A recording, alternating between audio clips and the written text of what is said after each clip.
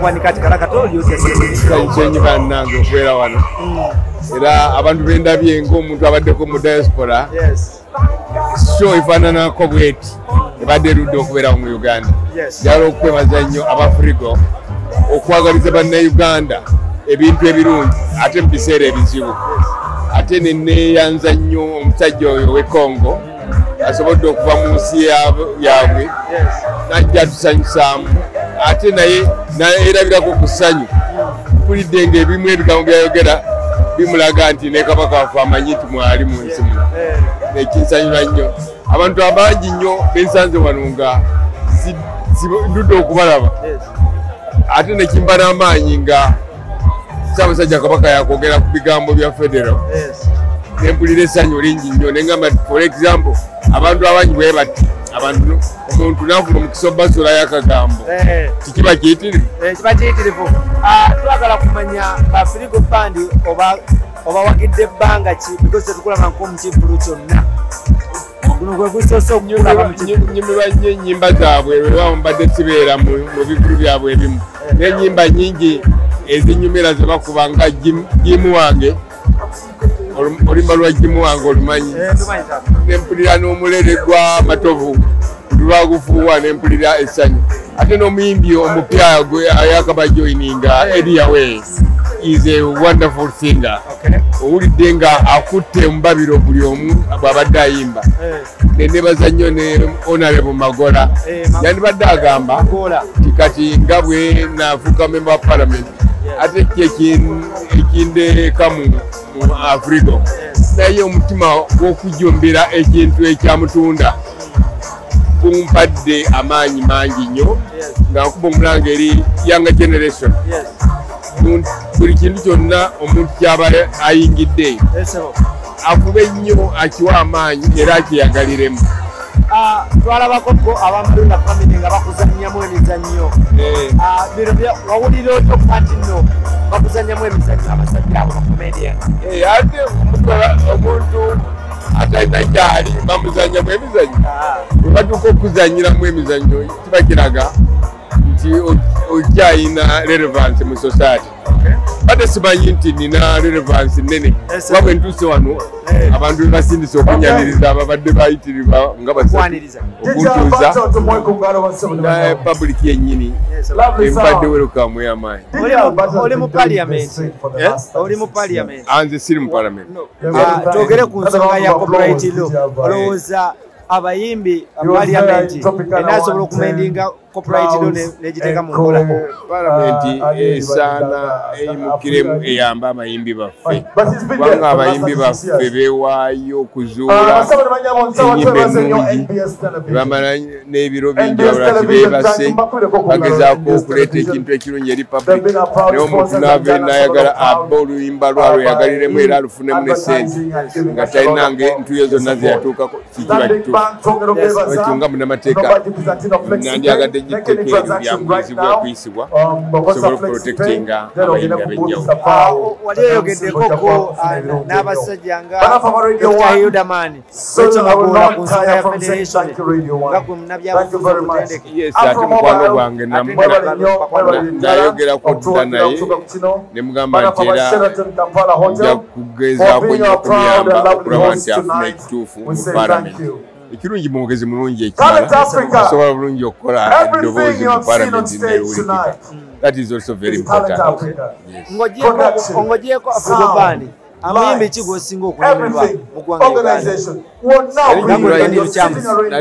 nyumirwa nnyo mukyala Kanyomozi yes nyumirwa nnyo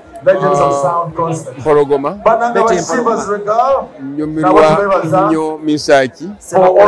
nyumirwa nnyo omusajja ono w'Engonge ow'Ekakuuto MP Lutaya ne mukyala we those are beautiful singers tulina abaana abato ennaku zino abaliko okuli Shiba nesindi obamanyi esinde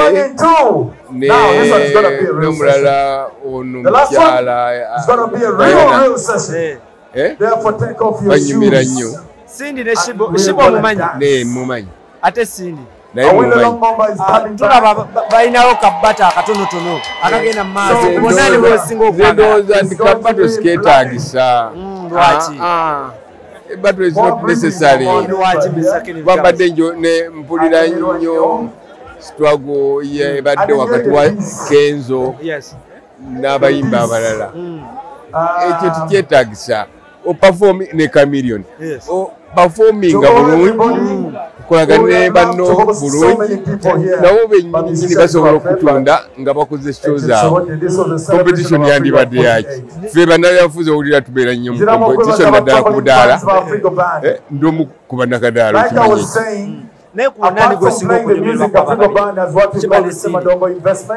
bombi banyumira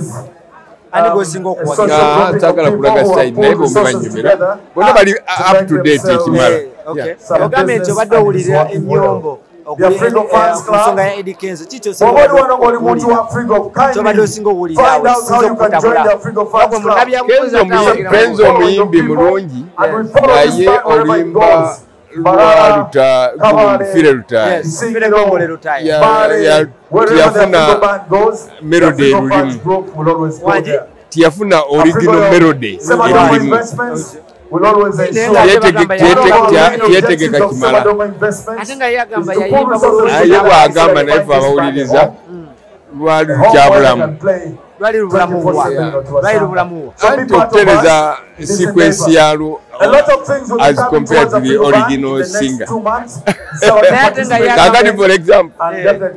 abantu bangi abayimba ennyimba za Eri Wamala bonna basucceedinga gundi omukyalo oyo w'Ettoolo yasucceedinga nono Namakula yasucceedinga and a few others eyayimba Violet yasucceedinga tiyasucceedinga gono liri erya Eri Wamala Chameleon yasucceedinga omukyalo akola mu nnyonyi so olujjukira bulungi lwaki olowooza nti Eddie Kenzo tasucceedinga kubanga yagamba oluyimba yali ayagala dduteekamu ekintu ky'ekigoma ky'abavubuka yagala ne ddufuula lukadde ekivuga oluyimba ng'oluzeemu okugezaako okugegenya rhythm ne sequence y'okuyimba ne speed y'okuyimba ebyo bye bivuga quality y'oluyimba ng'oluzeemu bw'obigwa abawuliriza nga papye ng'agenze enkola nnyo naye bangi abasinga okuddamu ennyimba bapapa mu speed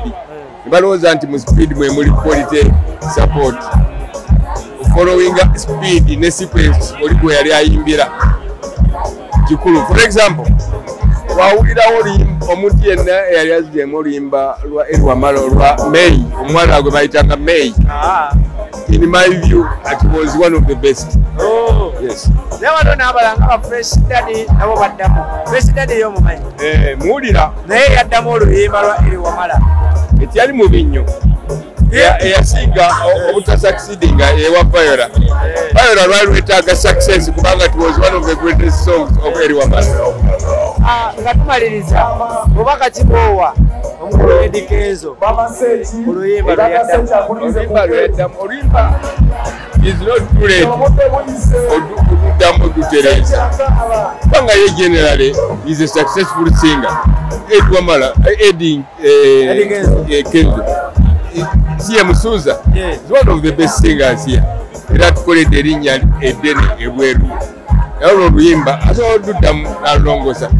speed yayitirira original lutaya fire yagenda mpola nga yeyagalira mu bulungi bwa Africa born in Africa bw'abazze aluzeemu ebifaananyi ne models yateekamu birungi. Obufunze oluyimba yaluddamu bubi yaluddamu bulungi nga bwe lwandibadde kubanga bw'oba ozze mu luyimba lwa munno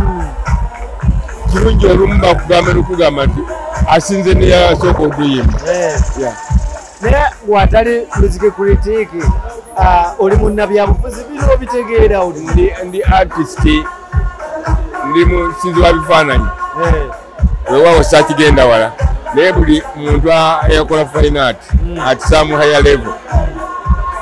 atera okubeera omwagazi w'emirembe ne music.